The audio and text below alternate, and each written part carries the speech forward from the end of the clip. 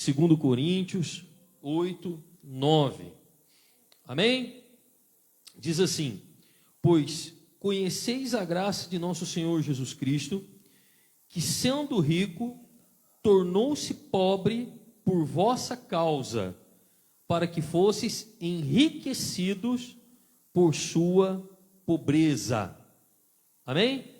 Diga-se comigo, ó, repita assim: pois conheceis a graça de nosso Senhor Jesus Cristo, que sendo rico, tornou-se pobre por vossa causa, para que fosseis enriquecidos por sua pobreza. Amém? Aqui o apóstolo Paulo fala assim, que Jesus sendo rico, se fez pobre, para que nós fôssemos enriquecidos. Quem acha que esse texto é só figurativo, que não é riqueza material, mas é riqueza espiritual? Quem acha? Levanta a mão. Ninguém? Quem acha que ele fala de riqueza material? Levanta a mão. Quem não acha nada? Quem morreu? Pastor, eu não sei. Tá certo. Você não leu o contexto. Esse é o texto e dentro do texto tem um contexto. Mas aqui o apóstolo Paulo está falando justamente a respeito das ofertas, da parte material e da parte espiritual também. Porque a riqueza de Deus não é material, né? Mas é espiritual, a riqueza que Jesus deixou. Agora, toda a riqueza de Deus, irmãos, nós muitas vezes somos muito, eu vou falar sobre isso também, mas muitas vezes nós somos assim muito espiritualistas. E nós achamos que a riqueza de Deus não é a prosperidade. Nós achamos que a riqueza de Deus é só dons. Mas a riqueza de Deus também é a prosperidade. Ou existe alguma alegria na pobreza, irmãos? Existe alguma glória em passar dificuldade? Em não pagar conta? Em ficar devendo? Existe alguma glória nisso? Não existe glória nisso. Alguém é feliz quando não tem dinheiro para comprar algo para o seu filho? Ninguém é feliz. A vontade de Deus é que nós venhamos desfrutar desta terra. Ele se tornou pobre para que nós fôssemos enriquecidos em tudo. Não é a vontade de Deus que nós sejamos e passemos necessidades. A vontade de Deus é que nós tenhamos o melhor desta terra. Agora, alguém sabe o que quer dizer a raiz da palavra pobreza? O significado da palavra pobreza? A raiz da palavra pobreza? Quem sabe? Quem chuta? Chuta aí. Pobreza. Hã? Miséria?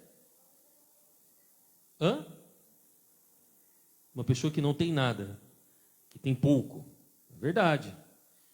Popuri, pouco, pobreza. O que tem, pouco. Mas tem um significado ainda mais profundo de pobreza. O que é pobreza para você? Escassez. O que mais? Você sabe qual é o significado da palavra pobreza? Aquele que não produz. Vem falar das árvores que não produziam brotos e das mulheres também que não conseguiam parir. Daí vem a palavra pobreza. Aquele que não produz. Você está vendo que não tem nada a ver com dinheiro? Tem tudo a ver com prosperidade, mas não com dinheiro. Quando você é pobre? Quando você não produz. Por exemplo, você pode receber uma grande herança e viver de juros. Mesmo assim, você vai ser pobre. Por quê? Hã?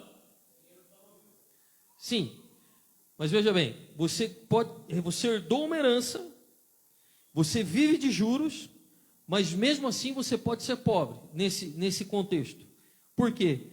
Porque você não produz nada. Você percebe que as pessoas que são prósperas, elas estão produzindo. As pessoas que são prósperas, elas estão produzindo. Então, veja bem, um princípio que nós temos que aprender. Quando você achar que tem escassez na sua vida, que tem falta de alguma coisa na sua vida, analise o seguinte: eu estou produzindo alguma coisa? Eu estou gerando recursos? O problema nosso é o seguinte: muitas vezes nós geramos recursos para os outros. Irmãos, eu sou empresário desde meus 18 anos. Quanto dinheiro que passou já na minha mão no passado e eu não prosperava? Por que eu não prosperava? Porque eu estava produzindo para os outros e não para mim. Só passava na minha mão, mas quem ficava era o agiota, era o cara que descontava o cheque para mim, era o banco que descontava a duplicata para mim, era o cliente que às vezes eu fabricava errado e tinha que entregar a preço de banana e ele ganhava dinheiro. Então eu não produzia. Eu produzia para os outros, mas não produzia para mim. A vontade de Deus é que ninguém seja pobre, mas que todos produzam e que todos prosperem. Mas o nosso problema, irmãos, qual que é muitas vezes? Nós achamos que não é para nós. Você trabalha num lugar, você trabalha com alguma coisa, que tem pessoas perto de você que ganham muito dinheiro. Por exemplo, vamos falar de quem trabalha de empregado. O seu patrão adora você, porque no mínimo, você faz algo que você sabe fazer e dá lucro para ele de 10 vezes mais. Porque ninguém contrata uma pessoa que dá menos lucro do que 10 vezes mais. Se você tem um funcionário, que não é fácil hoje ter funcionário, e ele empata o que ele ganha, mais ou menos o que ele dá de retorno, então não é viável ter esse funcionário. Então você está produzindo alguma coisa para alguém, e às vezes não está produzindo para você, e aí você não se acha merecedor, e isso é um bloqueio, merecedor de prosperar. E o merecimento é um bloqueio, irmãos, na nossa vida, porque o merecimento, ela é uma faca de dois gumes. Porque às vezes você acha que você merece, e às vezes você acha que você não merece. Às vezes você acha que você merece ganhar mais, ter um sucesso pela vida que você leva, pelo horário que você trabalha, pelo tanto que você trabalha, pelo horário que você acorda, mas às vezes você acha que você não merece, porque você não tem capacidade, etc. e tal. Porque às vezes isso é um bloqueio também na vida de muita gente. Ela não se vê próspera, porque o princípio de prosperidade para ela muitas vezes é errada, porque ela pensa no dinheiro apenas para suprir a necessidade dela. Mas quando Deus abençoa e quando há uma produção realmente na vida de alguém, amados, o que você ganha e o que Deus te dá não é só para você, mas é para quê? Para que é? Vocês têm aprendido isso? Para transbordar na vida das pessoas. Coloca aqui para mim, André, 2 Coríntios 9, 8. Então, você precisa apagar o merecimento da sua cabeça. Quando você apaga o merecimento da sua cabeça e analisa se você está produzindo ou não, se você é uma pessoa produtiva ou não, você sabe o que está acontecendo na sua vida. Eu não produzo nada, mas porque você não quer, você pode produzir. Você pode sim fazer alguma coisa diferente. Você pode pôr sua cabeça para pensar e começar a fazer coisas que você não faz. Por quê? Porque você não é diferente de ninguém. Mas o que você precisa quebrar, e nós precisamos quebrar muitas vezes dentro de nós, é o quê? É aquela mentira que nós somos limitados e que para nós é difícil. Quando você começar a orar assim: Senhor, faz-me próspero, que eu produza, para abençoar a vida de muita gente, não só a minha, você vai ver que vai existir um destravar financeiro na sua vida. Porque Deus só dá para aquele que tem coragem de entregar. Diga assim, Deus só dá para aquele que tem coragem de entregar. Porque aquele que segura para si, vai perder, irmãos. Aquele que segura para si vai perder. Mas aquele que tem coragem de investir, de entregar, vai prosperar. Olha o que é a vontade de Deus aí, ó. E Deus é poderoso para fazer o quê? Abundar em vós. O que é abundar mesmo, que eu tenho explicado? Transbordar em vós toda a graça, a fim de que, tendo sempre, em tudo, toda a suficiência. O que é suficiência? Ter tudo que você precisa. Essa é a vontade de Deus. Que você transborde, ou seja, que você abunde em toda a boa obra. Quer dizer, Deus é poderoso para você transbordar na sua vida tudo o que você precisa, ao ponto de você abençoar outra pessoa. Você entendeu o que diz o texto? Deus é poderoso para te encher de tudo que você precisa, ao ponto de você transbordar e abençoar outras pessoas. É isso que o texto diz. E eu pergunto para você, é isso que você entende de prosperidade? Pastor, não é. Então comece a entender agora, que vai haver um destravar na sua vida. Não ache que você merece ou não merece, mas pense que Deus é poderoso para fazer. Quando você faz isso, a primeira coisa que você vai fazer, sabe o que é? Abrir a sua mão. Você vai começar a abençoar a vida das pessoas. Você não vai esperar você encher, você já vai começar a abençoar. A oferta você vai ofertar, o dízimo você vai dizimar, mas você vai ajudar sempre as outras pessoas. Sempre você vai querer ajudar alguém, e não é só financeiramente. Dentro da sua empresa, da empresa que você trabalha, você vai recolocar essa pessoa. Na sua família, você vai ajudar.